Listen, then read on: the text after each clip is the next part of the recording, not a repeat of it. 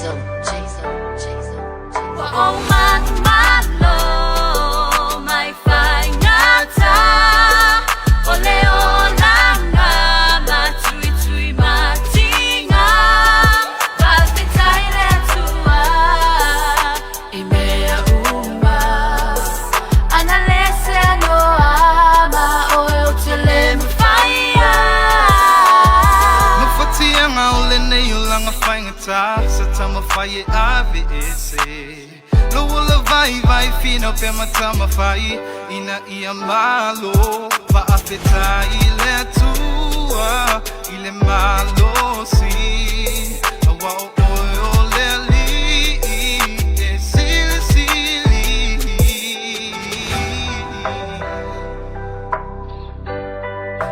Sili sili. Jason, Jason. Oh mano malo. Oh man, malo, may fai ngata. Ole ola nga, matui tui matinga. Bazi taile tua, imea uma. Analese no ama, oe utele mfaya. Sili au solo makai ang lesengo o i fain kau linge yo langa uklen fai sa kau make pe kau eke lo fingang kau sangai kel le fain ka sau i mai ai sa fa pe foi le vai vai ai si ol fu ol mang malo le ko ko le ko la lo le ki apollo avela yo le mo le ku lo nga lo fa ele uma so mai lo ka ko bi i wa ku mo langi malalang no lo sisil e ke mo le kwa fa ke ala i fa ngwanga fa kalilang e ko mai ai fa manguyanga o le fuanga leo le afirma yo Yesu o le puluvanga mo oe ma uia ka kongo umar faolokanga Oh man, malo, may fai ngata. Ole ola nga, matui tui matinga. Bazi taile tua, imea uma. Analese no ama, oe utele mfaya. Hey, hey, manu malo. May fayate Lolanga Matui tui matinga. Jason, Jason. Oh manu malo.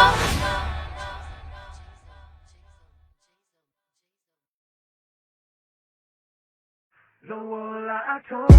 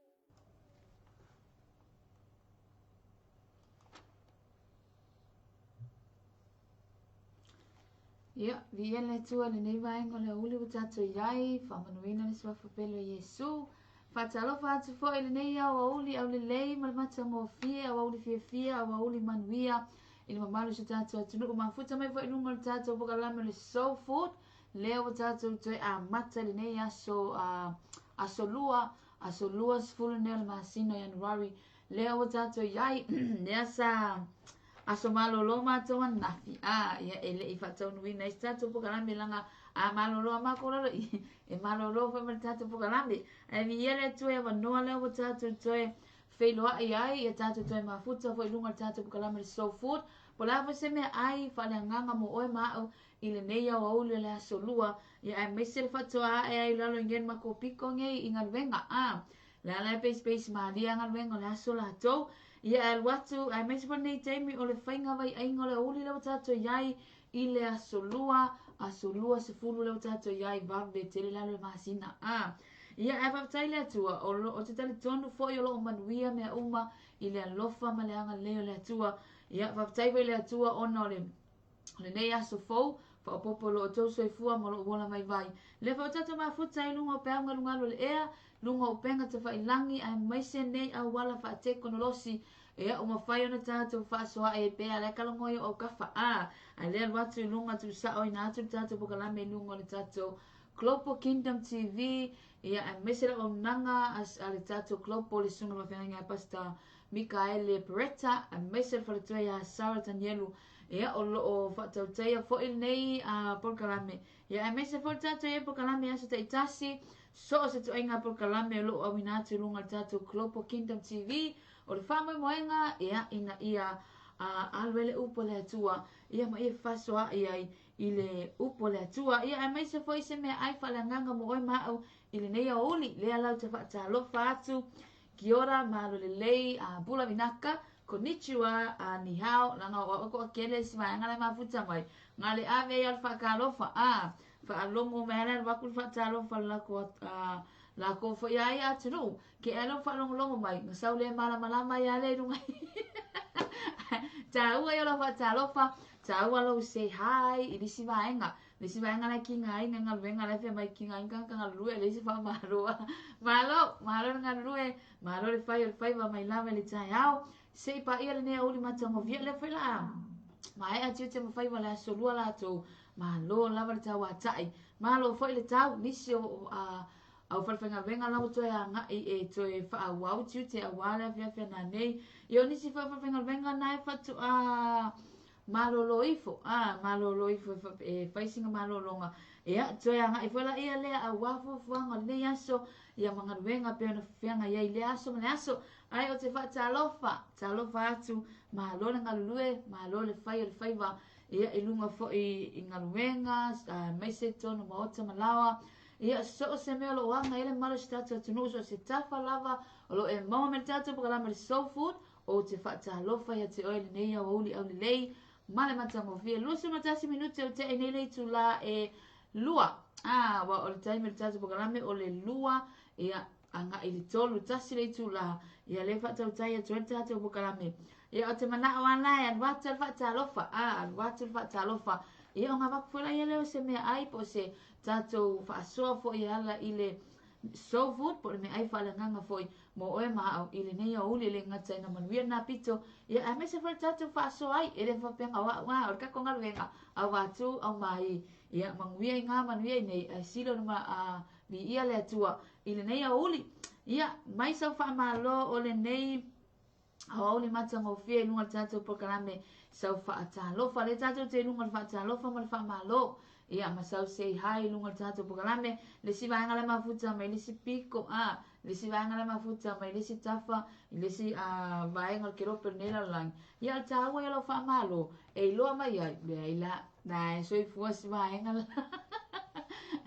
ia o tato por kalame se la kulpa kalofa langa o ke manga ai alfa talofa wa o ke alu mo lo ile sofu e fo mai ya wa lu lunga fa malo le si vaenga ke alo fe mai kinga ni kan ka fa malo ele ka u mai kwa ta u ya lo fa malo fa talofa sunga ya le suni skelen le vaenga le is watching ko to tele la to lo is watching when ne uli Kulang foi leo la pisi singa wenga e o tulanga foi leo o la e mafuta mai lunga la tele fa talo fa tele mafuta mai lunga la tele ia ai mai se la tolo o fe malanga ai I lunga la wala nei aso fai mali lo vai space mali lo vai I lunga la tele ia seki mali le o fika seki pingi a fika la so lua la to awa ke va vera so lua e kangolo oi vavi ki nga inga oi space mali ia sikweri pa lengia fa talo fatu ile sunga ya so sister salvation mafuta mai nai samunda ingari tate meselo fenga venga mamalu ya mafuta mai fo ile vai ngana uli talofa hello to mama pen motu salano williams ya mafuta mai fo nunga lang tele lo anga ya tu okinani ya malisunga lo fenga ya tai tula ya ma anko shona hello uli manuia fo ile anga ya tu nunga lang tele driver fai mali lo vai malol milo malole foi ile nei vai ngala uli fatalo masunga ya falo polu alo ali ia le vai mafuta mal vai nga is watching o alo ku uma is watching is love is care e alo ku uma langa ta alo vai ku nga ia na maka masi vai nga le mana tua like and share ngalo o mi melo di maku le like sa lo lo ni maku si le share yang ku wale po fen me le fa ku sa o lo share le so la to message ta to por klame ia ole sunga ya Miriama la sapo mele lava Miriama si Maika le mafuta ma ne uli hello uli manuia sunga ya rulia lene fakawa le mafuta ma ne mai ngale uli masau mai loa ma le ploki salo matua ma le losa and tasi kuresa aloha from Hawaii le mafuta mai ma le losa ngale ala ma dia va pe ole ploki salkadi le maria Aoli manuia fo iso sister Asia. Luma tua Asia pe velo mai le lima makua folinga mai e. Kau nga se lancha Asia lava fai nei vai ngala uli. Ia mai se fo il mafuta mal no falo I lunga au kinani le nei uli una le ya taua talofa siaso ai tupe. Malo seifua manuia ia vi ia le tua. Hai lo uso le hai Asia aoli manuia. Ia mai lato uma le mafuta mai mele and puna ia Elisha Danny talofi awoli manuia sunga ya misa tamali to mata hai tu ale sunga fa ya onga ya tu ipua ya kopo le mafuta mai ia sunga fa ya onga mai nai le onga Abeli College ia le mafuta mai sister ya tu hai tu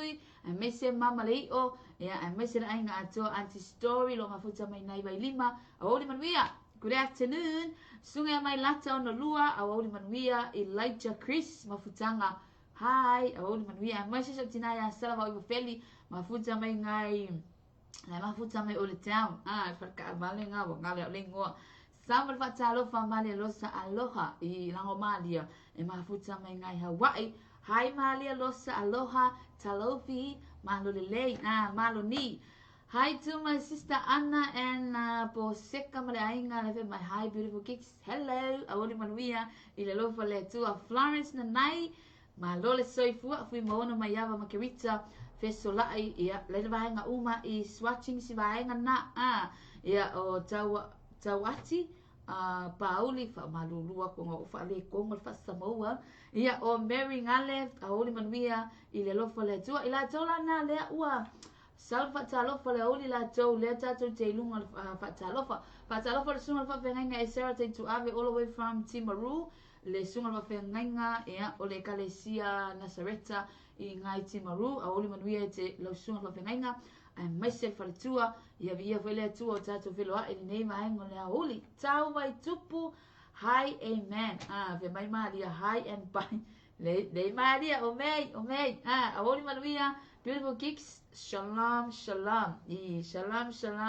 Florence awoli manuia le lofo le tua hai tu fale tua Ivan au moe walongo ia le mafuta mai lunga la tele ia fai maria manuia fale anga ia tu ilunga la tele Lucilla mea tuai le mafuta mai hello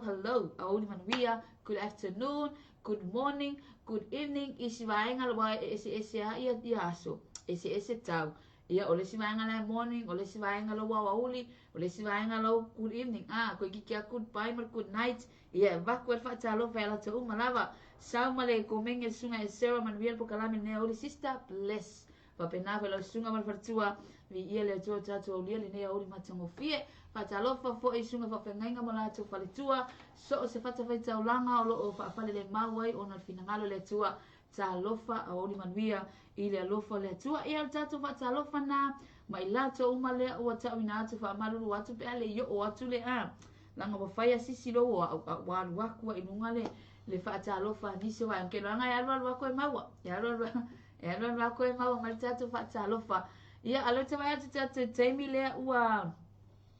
losu ma malu minuto te enele tu la e lua, le la kako me, sina wha tunga na, ia e fa seki e le ala kungo le kako soul food pole mea ai fa le nganga fo i mo o ma au i le neia oli ia ai au ala ua malolo mai whainga mai einga ia a fa pe le isau lunch e le isau mea ai venga le tino ngai mai se i wakuna mea ai fa le nganga ia e space mani e le ole la so lua la tau hi to my sister Lome Joane wa ya ku show ya Lome o tulanga venga le wa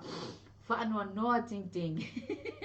ke mai aku la malanga tamale ai ngalome e lo le kengere ha kenge fai mal faku ya on sai malo fo et talo ke mina nge ya lome wa folga me ala met te talo ya ko mo te talo ya whatsapp po ia fo i ole ainga o nga e me tunu mama ya wa se lu na e fa now ya ke lo ngal kengere kenge matu kengere fai mal fatu ani lome alo fatu all the way from Matau to the Fanga, ke ke ai ni sami se yung man wa ku video lome wa ngalo ya ke wa ku ngal ka ko video ia o nisi fo yo ka ko activity ke no ngane va so fa ngai lo pe ke wa ring ke ku ska ko activity ole ngai ma yaso ai se pingi ma yele malo la tru ai me se la to ma futa mai Samoa Emilio Aniseko ia ma futa mai lunch or no lunch still joy for Jesus io sa ole lo ma ku ke ai akware le sawal fa so Maria losa makua ma o hi sis Lome aul manuia like and share tatu pokalame siva mai marol tatu peselea kako wa ngai loa ia se ia vatu tatu so food o le neia solua ia makako fai va atu ia se ia tatu pokalame manatua foi o re kenge ngiuele fika ma losi sa ora Love e kangi ngai le falia ia tatu angai fatunga te lima yai fa awina tatu programe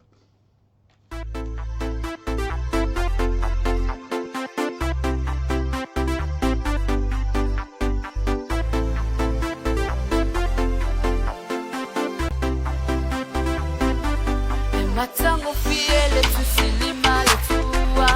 ona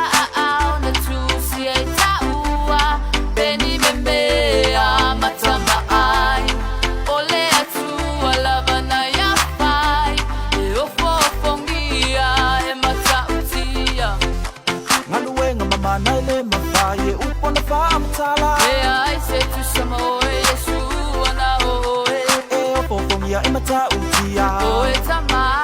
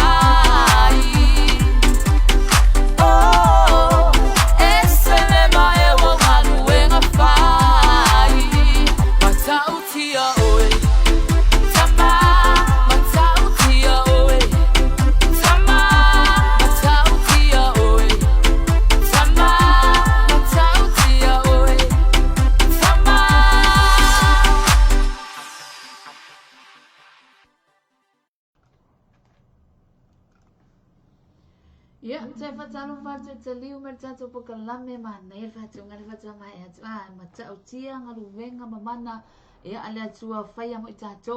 o le venga foi ia le au lia mai foi o le nei au uli matango fie wai mo ele talata le tai au le uli ia male afi afi ai ana le se anoa le ma tau tia ma le sisi le eso le atua puipuinga le atua ia te i tato ia tato te le maua le uli matango fie ia pei ona whai mai le whatunga e ma tau tia ia ngaru venga mamana le atua whaia mo i tato umalava ke o whala ia oe ma ia ai ka le tau tau ua le lei ma le ma tau tia o le atua i le aso ma le aso whatalo whatu lai se vaenga lo ke vai a kua mafuta mai talo whatu le sunga ia sapaya ene liko lefe mai talo whala uso o le lei talo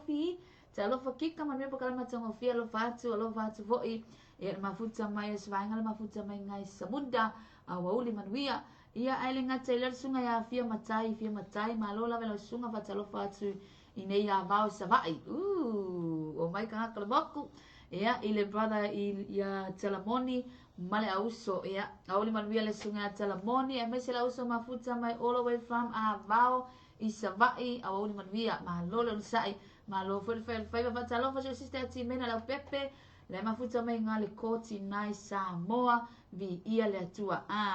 Pe mai lo mai Yvonne, ma nei music video kicks, ma nei le telo ta le ni whaunga ma le tua uma whansalau ia koe pese aia langa waku video e ma whai whianga o pese al kaimi wai e uma le leia le siku lao pese we vi ia le atua alo watu al tua lango ta vete ia lai mafuta mai i le nei au auli vi ia le atua ia te lola la tato walo lo le tato soul food i over foi al happy joy ia ai kuainga luaku soul food ai li mai loa ma ata mai ma sunga ya tito hai anka tito o ni manuia ia was smile mai tito mo fa along mai tito la wanga ia tu sunga fa fe ngai ma pato le ai tito ia o le tato au tu o le lunga tato po kalame na fe mai usita ia ile fina ngalo le atua e au noa ma lo malama au tona le otu ina te lunga tato po kalame ia ole fai foi matato au tu ole nei aso lua ia mai se foi tato te mama ai foi i se me ai fa le nganga wo ki kan konga ua mai me ai o tino la uma nga sekseki la tai cheste me ai pe sa o nga upuse me ai ole tino ale la fa ko a space a full tato me ai fa le nganga ole nga no fa la langi e mua lava fia mama la matato i se me fai ele fai le watu tato soul food fe maile autu usita ia i le fina ngalo le atua e au noa malo malama iai longa winga kama foi hi Jay moi noa malo lelei malo au pito hi sister precious so le mere na kanga ka wa so le mai kan e waku al fatalofa hello she's from Washington State giora ya mai ngai America mafuta mai show sister precious and mai se ainga le sunga ya Alvin ia male kids male whanau mau so sister ya pule hai pule au lelei ai wa dash male malusi pule ia al tato au tuna so koe mei mai so koe mei mai e langai variation venga le afa atonu mai matua ia ka ko whanau e fe male fesira ka mai ki pe ai se ale ha fo le mafu ama Kuse mua fesiri fe mai. Fe mai fesiri. Ala mera wala ifua. Kuse fesiri mua. Alele ya wakua le fatonunga. E nga kusala e fa pe nga le olanga ngei. Ai lo so swani mal tu spa ia fa pe. Ole atua e mua va ai mai po sita ita ua i lona fina ngalo. E au noa ma so mala maanga. Ole sie e fai akule. E fai aku venga le tu me sa vale fe mai ke arifia e bo fesili kusala e fia mo ki ngopo fe anga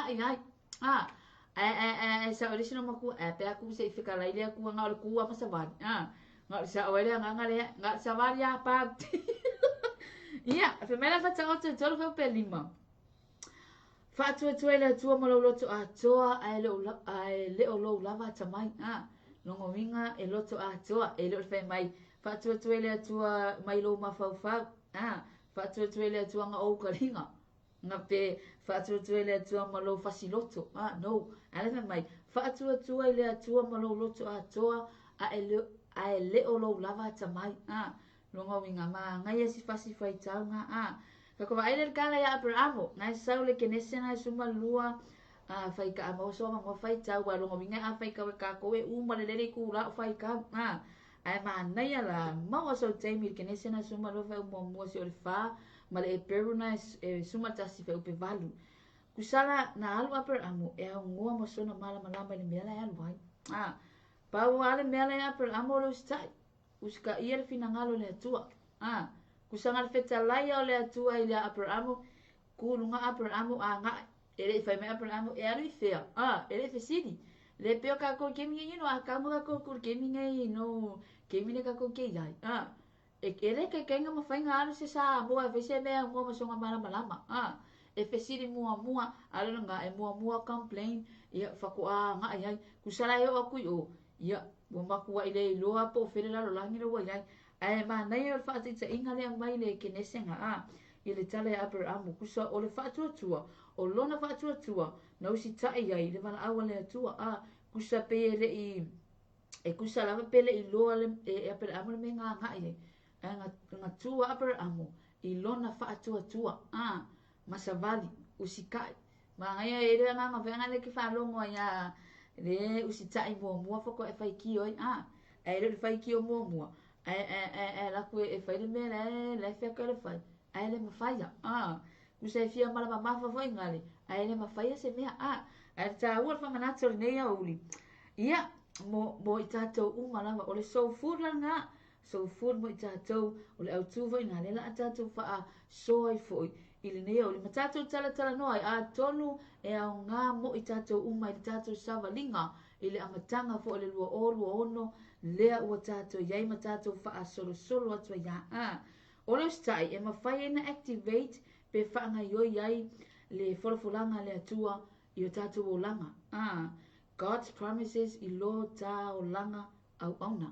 e sinamanga ia o le fesili la o le ala se me wa levanga tu ele atua i lo loto e au no maso malama iai ki loanga e ki o ale tali nga ia ki o ale tali o le sika o levanga famile atua ku lunga ia li fea se le feta la ile atua ala fe mai ala fie fai ala fie kenge mafan fie mafan ala wa levanga feta la ile atua fe mai la fa manatu so fulu la uni o le ala se kuseke ko ki lo au ia mavava ai po le hasi me wa levanga feta la ile atua ia ta ita ia ka ika e kake kango e fai ku inga mai ka kango e fai ala e mako i lei masoka malama e kasi o iai sa o ile ole o isa friends nga leia masoma malama o iai mako ia ngoa o mase malama ke ronga e te tali nga la family isa ia na lima fa upe valu mai o manatu ele o to manatu ia o wala ele o to wala ia o fetala mai le li awa e pe ona silo ona mawalunga o le langi i le lalo langi o fa pe ona sili ona mawalunga o wala i o to wala ma o manatu e sili i o to manatu ia omi mali e sili manatu le atua i lo ta ua e winti a manatu ta ua o au ia mai tato uma e fe mai fa manatu o tato manatu e sili atu lava manatu le atua e sila fia fo ele tama le mea e manui ai ka ua manui ai tato uma o le vang sila fia le atua pa wala mea mga o le atua ustai ia ia ai sia le o nga fa mama fainga le ustai sia me fa mama faile upo le ustai ia inga ia mafai ona ngaluia ina lo ta fa atua ai le fa lango a fainga le ka ua be uio o makua se kalpoko lo waya ia ai ta ua le ta ngaluia ina o le ta fa atua e ala le lo sitai ina ia ngaluia ina I foi lo tangata e shape le character ka ua finga le e shape le ka ua foi ko inga kangaka iai pe a fa peke kango inga lue lo fa atua e ala le lo sitai wala fe mai al fa te inga le fiong pa ia le langa le e ko komu ma le fiong pa ia le tua le tu lai Abraham ku ma kwa ama piu ai lo Abraham me na anga ai ai mo tanga te si tai mo ku lo al fai wai ko ngas kai vengan ya sia kina wala fai ele ai ma se me ai fai ai ma nei fa mana tu ne uli ia ole ngalua ina ai se e Amerika ko ngalua inga fua inga ia sau ni ai ta ua mo le ta mala awina ele ke ia ngalua fua usi kai fua ele ma fua anga ele ma fua anga lenga ka usi ta ia fina ngalo le tua ele ma fua anga ele ngo ka fa tu ele tua e sau ni ai ka ua mo le ta mala awina ele ma se ngo fa sfinga fa you know fa ke alo mo fo e mai ele la ikiki se makua ele ma se sfinga wai ele ku ma wai ka ko le la iki e kupu ai lunga mai le foi se le e ngofo ngale fa sama ngo fa pe yo ke ngofo ai i le o le life ne ya fa pe le lunga e tupu foi oi e ei foi yo aims e ei foi yo venga le mo mitinga ia e ke kupu i forma o ia wa e ko nga venga e kusala e alanga ngalu e inga le ka fa usita ia ma ta fa tu inga ia ave oi ma ile mea na mana o ile atua ile mea o wala au wina i ta o ile atua e fa o ngā ai ia e sau ngia i foi oi funai pe ka penga i foi oi ia mo le ta wala au wina o a foi la mea o kako uia i neva i tau e ile mea i fa akanga ile atua o ngā ta ua ui ai ona e iai le fe au ta ua lo moni mei tua mo ta ua e le isi se ngofo lo a le fa o la kanga fe mai jam e ma lue vai i dei e ke me ui e fa ui e ta ua le atua e fa fita uli pinga le fa akanga e la le atua se e testa i o ma pola ko e nga level e fa tu ka ua ia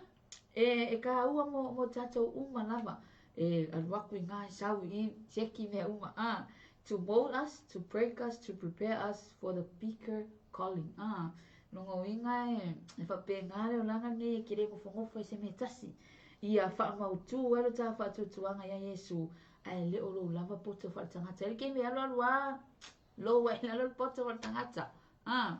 Ele ke mi fa inga le alo lo fa mai o ala po ai le ai ma se poko akulo. Sorry dear. Sorry se vea. E ke kango lai fa ngalo poko fa tangata. Ta o ia sa ia we fa malo po ya lo muka.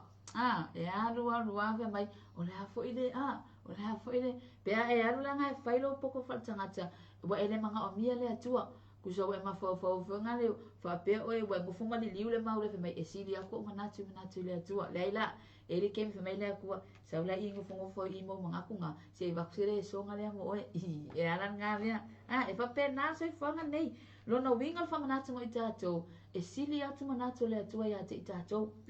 ya o e ma le e sili al kako e aski le atua po o fe ma usi tai le atua ilona vala awino itato ile taimi na sa mulu e Yesu vai o Peteru gawe nga sa ka ke peke ke rango ma malama la tunu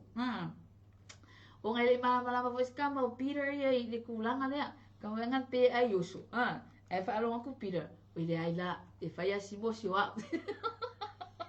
kasa la ka mo ko Yesu va Peter ale mai Peter le ai e kere sa ale fe mai ai o ngale o malama fo ya Peter ya na le fe mai yo ani suma tolu fe pe fitu o tali atu Yesu ye te o fa pe atu e te leilo anei muli ani e te loa muli ani e loa Peter la fa Peter real ke mina pe o ali ki fi le Yesu e o ngai muli ai la na fe mai le fion pai la ngai fa ma ngi e ma wala fion pai e le ngi po kicks o le be na mai le fion pai le tu la fa manatu mai fe mai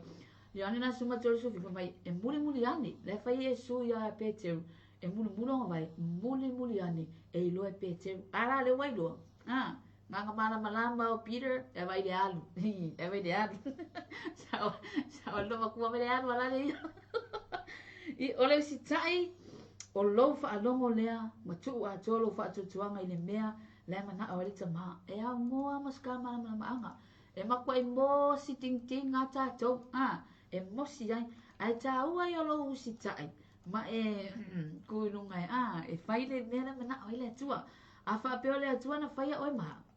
fai ta ua ia foi o sila fia mea uma e whainga le sila fia le atua mea uma ai sea langa e te tau ia tātou ona usi tai ia te ia.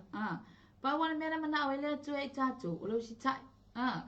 Usi kai le atua. E le o le kele o le spiki ia. E fiu e whea ke usi tai e makua i mamawa ma le usi tai. E tamo whaila tātou usi tai le atua. E ala le wha atua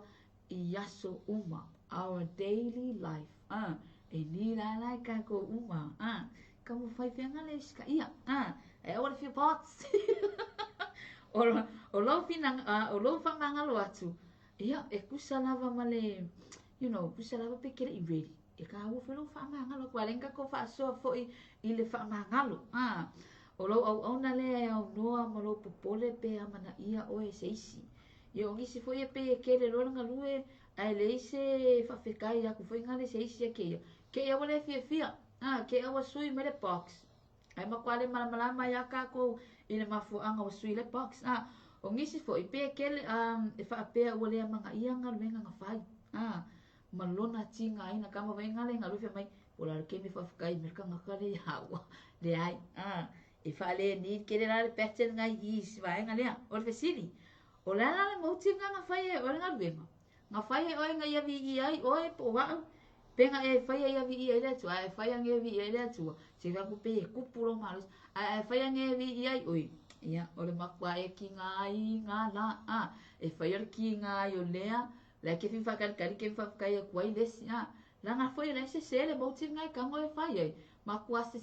i singi. E whai awi e le atua. Ke whako e kupu le joy, e kupu le malama. E whawai e le atua mea fo ia te oe. Ia inga ua e whai e se ngā luenga. Ina ia vi e le atua. O lo wha maoni pēra ngā luenga. Ngā luenga na e whai e lo wala awina. Po le lava le mea e te iai, e kusa lava pekere wa ai a kere o kingo mai, ma le motinoa, e iai le aso sele ai. Nongo minga e na lau ngā luenga, o la whal ngā luenga ngai te iai gaming ei, o la whal le mea lo e ngā lue iai. Kango e whai whenga le malwha maoni, o wangi e kango e whai whenga le wha pese ia fio, a kurka penge ka male, ma le siwai ngā whenga le whaktai atu, nei, ngā lue le mea lilo. Ngā lua mai kua pupungi whamorongoli. A wangi iloa kua e singa o le atua e silofia. O le principal o tuspa ia. O le mea te lulu e tue sele. E mea lulu e te sele ina. Ai lulu le fatu le lei. E ngawinga o la mai e fua le lei. E makua o kei whai na le fua. Ai a lulu le fatu le ama. E sa o ele silo makua e whai ma ia e anga me. Ngawinga e ola mai. E ola mai fo e mai. E ola mai ai e le vaenga ngā au mamai. Ia, ngā whai me leo ko inga, e whai ma ia ia whape ngā mea. Lona winga i te tau ona e ola, ma ia e tuto se whatu le lei. Ia, e fua mai fōi. E tau nā, e vai au kangaka kua ko singa kua. Ia o ngā olaisa e tuto ma le loto fia. Ioane suma le whawe tuma lima. Ia, e tupuro ta whatu tua. Ia, pe a whai e a vea, e a vea oi mausitai. Ia e aso fai so. Ia e le mausawa noa fai taule ke wai avuka ko kemine umai whatato taimi. Moso taimi tato dusi nai tui natu. Ia e leo le whaale kongu noa pewa ai aku ua mule lima. Ke e alo whako au ska i noa walesi e kei whape ngā tui whanga le kau ke iai. E arua o whaalongo aku loa ua whaalongo aku a kau maua mea. Ke ia lea ua koe usikai. Ke ove mai so usikai rai. Aua le mga whakarai le atua. Ta ua i lo usitai. A le eise usitai. E ale lo whaatua i le atua. O ia na te tali le tangata e ngā lue ma le whaamahoni. A e leo le tangata wenga ngā lue ma le komumu. E leo le tangata ngā lue ma le manao ia mau atu sona tali. Sona taui. E leo le tangata fo ngā lue e manao ia mana ia na ngā luenga. Na, e leo le tangata ngā lue whenga le ia maua songa vi inga. E leo kangaka e ngā lue a le mawhau ia maua mai singa mea. Ka wea ngā le kongi le ai u mai le kongi le moa e u le afa. Ai whe mai le siri wha atupa manatu. O alangi mea. O loo whai mai e tamai ati o e te usita ia. Ai whenga ka o ngai ke le o malama. E ke roanga ia e iaia. E ia le wala awa le atua mai e lava le wala awa le atua wha apea ka ika kika e mene. E makua i le mamalama ia. Usai whako a mamalama i wha inga ua uma ona usta e per amu ve vai na usta e per amu ku ai lunga savan makwa le lupong isa per amu le mela la ai vai ai fe mai ngale ole usta ia ka per amu le tamal fa tu usang alang usta e per amu langa lo fa tu kusa pere vai ai ala fa tu o fela vai ngalo langa ne mana ole tu e tu elo fa tu ia te ia ale lo usta ia o lona fa tu nunga o lana fa tu nunga po o ana polo inga ele tu ina mai le tu e ta wale ala atua e skep voi ngale ia me le tu ele fe mai le tu abaku uma nai e ke me ngale a mai uma ia vai e fasi me ale o ele me mo wele fa pe ngal fe ngal pe ku fa ngale a step mai la sa wole ale tu anga a mai uma ye alo wa pe bele ngo fa kula makanga e alo wa fe mai e fa ale ni ke ka ku le tu e ma nei o kala me le tu mai le me ke ma lo ai e ko mai le si me e ke uska ai e ko mai le si me e step fa pe nga sa was ke ku fa pe nga ia o ngore mana o le tu inga ia fa atu ma wina pere te bava la la tal mafutanga ta to ma le tu manga o fa le tu fa ngale inga ia closer kwa na fa na ia te ia fesilia ku me uma e fia ma futa le tu ma ita to te mi uma e fia tala no fo ile tu ma ta o te mi uma ai ni o ta mana onga mana o le tu oi mana onga ta tu te talo le tu ai manga o le tu ia o le te ia awange ia alfa onga ngale o le kulia male fa onga no mana o le tu ia o le te ia fe mai le upu ngale tu le anga o to le o le mai ya nga o to le o le mai ia o ka ko so food nga ne oli ni ke wo fai aku anga wa ai la ye mana to isi te o ke vai aku ma ko happy joy me ar vai ngale americana high pressures ia male si vai ngale si mai ku so le la ku fa so fe mai lo me ka nga fa so kicks le si o ni manuia sa mal fa ta lo fa ia lo vai aku ko me ni si vai ngai ma mai amen mai lo me fe le sa wala amen ya lo sister lo me ia o tato so food nga fe tau le ma tato te mi te ai atu e fa minute ona tale le tu lai tolu fa mai ria tato pukalame so me ina se i va ku fa ka lo fa swa nga langa lo ke kala ngoa kwa ala kala ngoa me si va nga le ia so wa ku langa nga e ke mga ofinga le fa so wale e fa so mai ia malo la tinu fa talo fa sunga ya motu liu analisa pasila ia lema futa man ne vai nga le uli manmia talo fa sis so sister to offer malon fa malazin hi uncle hi uncle Tito hello she's from Washington State yo so sister ya pre ya ma so sister ya pulelo ma futa my high VIP guys my show says or ka yo bala awoni manmia ya and my say la to umalo ma futa my ia fe mai lo mama pulele say hi atu mama palota hi mama palota au ni manvia so brother ya UJ mo noa la fatu nga i mai itonga le sa nga ia tu fo itonga ia malo manel fa so via li lo fatu brother maltatu ai nga YF por YFC ma futa mai nga samunda talo fasis le ko malo lo mai fo uma ko kia pula le aso ia uma fo nga menga malo lo le fo iwa ma tol ma manga yo happy joy al me ka wa Samoa o sitai Samoa vanvia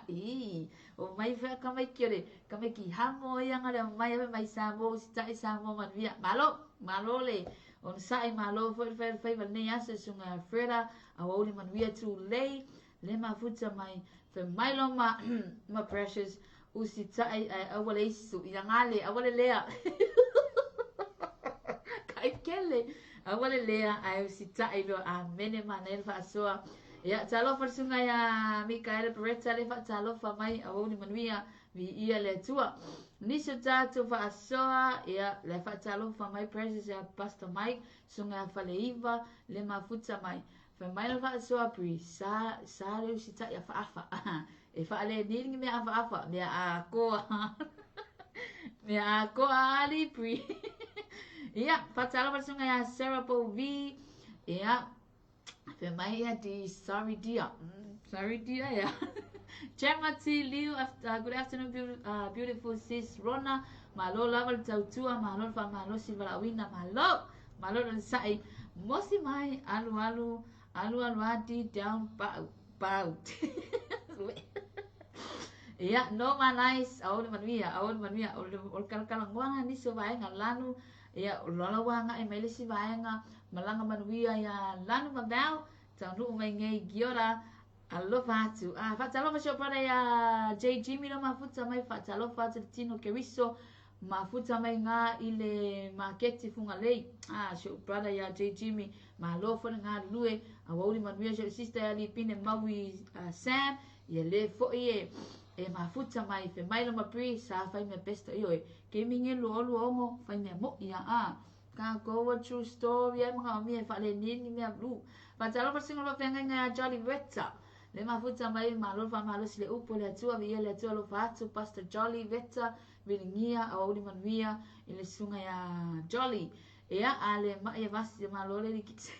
malo pa talo pa sister anga le anga lo fa lo my beautiful sister Manuela Onanga beautiful to ma watu faunga via le atua lo fatu sis awoli manuia John Lewelu Benji Beneweta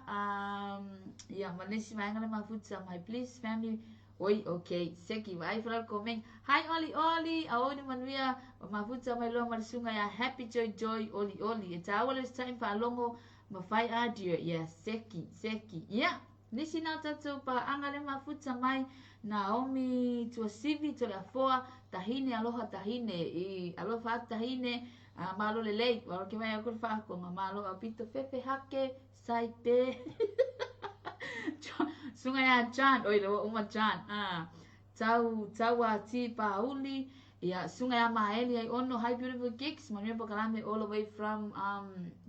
Tutuila usala la Monday ya la Tuesday ma to ngai ole America Samoa ia o lai ua whakoa Monday lai whakoa ngai fatalo fatsho san hai toni le lewa ese mafuta mai ine nei vaenga le uli all the way from solo oli manvia san oli manvia foi ia inisa tatu pa angalo mafuta mai nei oli Lucila via le toma tanga fil fasoa vi ia lava le atua tu mau le atua luna lava vi inga ia ele nei uli o tatu fasoa na nei uli fatalo fatsho sister ya me tai saleva fongi a maisele tinaya lesa maltamaya fasao ea mafuta mai nei uli all the way from solo ko kile solo le mafuta mai tatono tato pukalame na te mafuta fo ile aso atayao ile tulai lua tuli tatao matatu pukalame ile tulai lua ile aso atayao ile temi masani ea tato filo ai fo ile ea matatu polea fo isi tato fayama ma space mai I wa ia ke me se ka ko samunta ia ke me rock activity what activity e maua samunta the credits ai ma fayanga ngalu ya ko New Zealand America ia ma Australia ia ai me se la to uma ia mafuta mai morifa malo fo ile ia malama pai po college ia le sunga pula onga ya po sei ai me se la to uma sunga faya onga ia mole wa la tole lefso swani foi ngale ile tulanga le sponsor ingo tato price ia po fa ilongo tato activity mai se Global Kingdom TV ia o te lo ni sina foto o lawa nga I to fa wa tu te mafaiva ia ni si foi na ua fa seki usanga le kar ko ru fe mai les ia seki le vai lo wa ke fa ka kalin ke mi afo e mai ai nga wenga la to ne yaso ma lo le faiva ia o tato po kalame na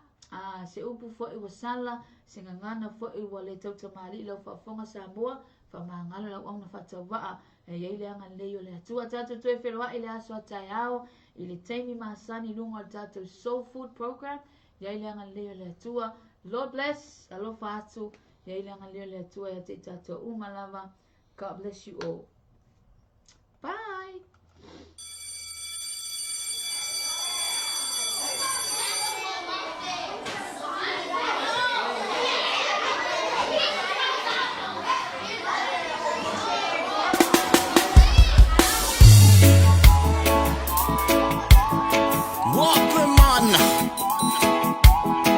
Gospel music.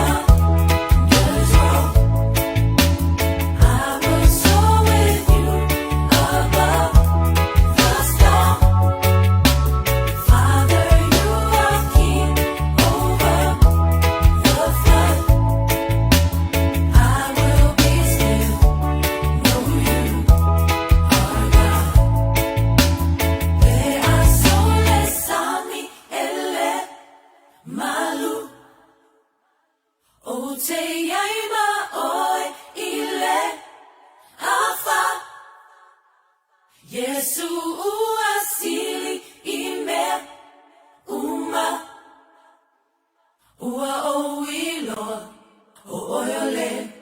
atua